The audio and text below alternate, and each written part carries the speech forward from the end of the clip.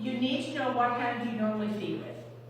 I am somebody who feeds with my right hand. Therefore, I can't have most of the leash in my right hand. Because I can't get in, gather up leash, try to get my, it's all over the dog. Yeah. So I have had to learn to hold the leash in my left hand because I cannot change. I'm very aware of it, even though it's funny. I know. Sorry. It's okay. It's okay. Because I learned to handle my leash in my left hand because it's easier for me to change my leash hand than change my food hand. I cannot feed efficiently with my left hand. So, number one, my left hand gathers leash and holds it. My right hand pulls it in. So I'm making really big loops, laying those loops. This is my way of doing it. You can do whatever you want, but I thought this was most efficient. Comes from behavior adjustment training. So my right hand, my left, this one, is just going under. And with my 15-foot leash, I can get to my dog in basically two loops. Why do I want to do that? Because as much as possible, I want my dog to feel off leash. So I want to be using that much leash. Okay, so we're going to make Pinocchio lie on the side for a second. Lie on your side, Pinocchio. Down. I just died. So if my dog starts to come back towards me, and I've got 15 feet, I can certainly gather up my leash. I'm doing a lot more pulling than I would normally because I'm having to pull him. But the other thing that I can also do, so I've got my leash, my dog comes towards me, I gather up leash. The other thing I can do is if my dog comes towards me, I could also back up. As long as I know there's nothing. So that I'm giving that dog that freedom. We're going to play with some leash handling. And one more thing also. Deb, can you feed my dog? Just feed Pinocchio for a minute. So we're at the start line. You're going to grab Pinocchio and handle him. We're at the start line, and Pinocchio is going to explore the chairs at the far end. So watch when I leave. Go ahead. Search. That's fine. Okay, How much back have you got towards still me. on your hand? Was that? Yeah, still in back your towards me. She's still keeping the same length of leash. Does that make sense? Mm-hmm. Okay, thanks, Deb. Hand it back in return. So a couple of things. What often happens is Pinocchio starts to go forward, and we go forward at exactly the same time that Pinocchio does. What I was trying to show was that I leave way after Pinocchio. So I want the dog leading the search. If Pinocchio stops, so Pinocchio has been searching and he's out there 10 feet, whatever, and he's out there searching and suddenly he goes, I think I need to stop. Our natural tendency is to keep going. You need to stop. You need to stop. If he starts to bracket and you have a dog who doesn't mind you coming in on them, then you can certainly go, I wonder what we're looking at, and you can support them in their bracketing. However, if you have a dog that's pressure sensitive, you probably want to actually, when they start to bracket, change set backwards to allow them more freedom to bracket. And bracketing is when they're kind of going like this, Yeah. kind of deciding, okay. Is this really odor? Am I smelling something? This is just an interesting scent. When you know where the hide is, you can then make the decision of, okay, this dog is an odor. Let's see what happens if I go in and support him. Or if you have a pressure sensitive dog, I have border collies, when they start to bracket, I tend to move backwards. Because if I move in, most of them will push right off. And you'll see with Flavie though, she's like it's like we're at an agility start line, and she bolts. I mean, Yeah. I'm almost running after Yep. her. Yeah, She gets out to that yeah, length in and my. that's fine. Okay. Yeah, different dogs, different things, right? Gus also leaves off the start line. Okay. I got it. Everyone knows Yeah, Gus. We've seen Gus work, yes. Gus tends to bolt too. So no- But I would say Bowen doesn't. No, he doesn't at all. Or it doesn't. A number of my up-and-coming dogs don't. I have a couple of labs that I don't start line, they're going to be out 30 feet.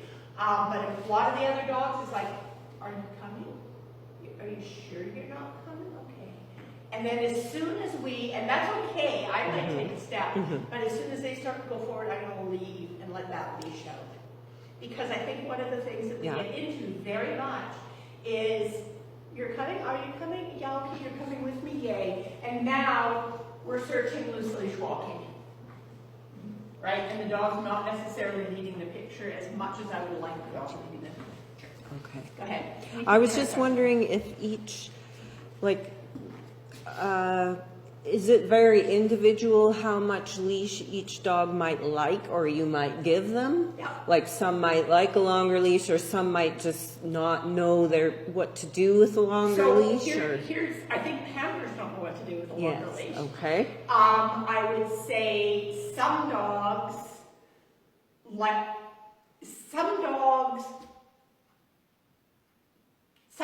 love the comfort of their handler closer by. Yeah, okay. Okay. I think if you've searched enough for primary, that your dog is going to be fine with you being 10 to 12 feet away. Okay. If you've not searched enough for primary, then your dog may not be as independent, and you may find that you do better closer. But the thing is that I would rather work towards. So here's a couple of things, and I'm starting to teach this in agility. There's reinforcement for the dog. There's reinforcement for the handler. Reinforcement for the dog in nose work might be finding source. Okay. Reinforcement for the handler is the dog loves me and is doing nose work with me. Right? That's what's reinforcing for us. So when our dog looks at us and goes, are we going to go? Am I going to move? That's not reinforcing for us. When we move with the dog and they're like, okay, I do nose work that with you, that's reinforcing for us, and that builds that behavior of us moving with them. The key for that is reinforcement builds behavior. So if you are reinforced for something, and in agility, I call it the Band-Aid. If you are reinforced for the Band-Aid, which you are because your dog did it right, then you're going to do that Band-Aid more often. So, not saying definitely ain't for Bowen, but one of the things that happens, and I've probably got 15 dogs like that out of 50, that they look at the handler, and the handler's going, oh, we're going to do this, and the dog's like, okay, are you coming? And meanwhile, the handler's going, oh, Jean said I need to wait for the dog to move, and my dog's not moving. And so we do this, and the dog goes, okay, I think I can do this. I think I can do this. Are you coming? And we go back, yeah, I'm coming. And the dog goes, I think I can do it. That's reinforcing for the handler. And reinforcement builds behavior. So every time you are reinforced for the dog moves forward, and I move forward, you're going to do that moving forward behavior more often. So what we're going to do right now is you each are going to we're going to do a couple of minutes. I'm going to take Pinocchio. You are going to do some leash handling. I'm going to do this again. This is how I do it. One hand holds the leash. The other one just draws it. When I let it out, it's the same way. When the hand holds the leash, the other one just draws it. That was messy. Is it going to be perfect? Nope, because your dog's going to move. And that's why we're starting with Pinocchio. Once you get all the way in, once your dog is at source, you get all the way in, you get to feed your dog. Okay, hand on collar, because this part 2 is going to be, now we need to do our second hide. Yes. There's a bit of guiding, a bit of refocusing. With food, but coming down, have your hand on the collar. I have to pick Pinocchio up. I can't turn him with his nose. It's like a start line. Yeah. So my start line is typically, for many dogs, my hand on the harness, my hand here somewhere, right? And then I say search, and they go forward. When I get into feeding him, I'm feeding. Now I'm going to take my last piece of food and I'm luring my dog away. I'm stepping behind and my dog's going to go off. That's part 2. But part of what I want you to practice in part 1 is coming in and however you choose to do it, feeding your dog. Okay? And that's what I'm saying. Put your food in front of the nose. The reason for gathering up your leash, I'll show you what happened. Well, I don't know if Pinocchio's going to be a bad dog. Pinocchio may lie, but he's never a bad dog. If I don't gather up my leash,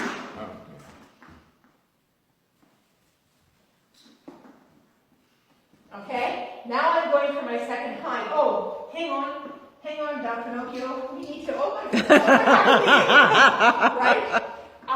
Watch some videos on my Facebook, on the student Facebook group, and you'll hear my not very tag teach comments of, your leash handling is crap, when that happens. So that's why I gather up my leash, because it's just the same as any time that the dog is getting closer or I'm getting closer, I need to gather up my leash. Whether you gather it up, however you do it. Okay. And you will find what works best for you. The key is you need to be able to feed. And like I said, there is no way that I can do this and feed. My dog is like, I told you 15 times it's here. Yeah. Just get on with Exactly. life. And even just getting to a pouch, I'm almost wanting to have the treat in my hand before. And then you need to watch the rules because that depends on the organization. Okay, so what I want you to practice initially is you're going to take your leashes, you're going to tie them to a chair. Deb's done this like 100 times. All you're going to practice is, there's my chair, okay? I'm gathering the leash in. I'm feeding the dog. I'm letting the leash out. So you're going to do that 5 times. So it's going to take you that long to figure out what works for you, what hand works for you. And then we're going to attach it to Pinocchio. We're going to move some around. Then we're going to go downstairs. We're going to work dogs. Then we're going to come back up. We're going to do multiple hides. Yeah. Then we're going to go downstairs and work dogs on multiple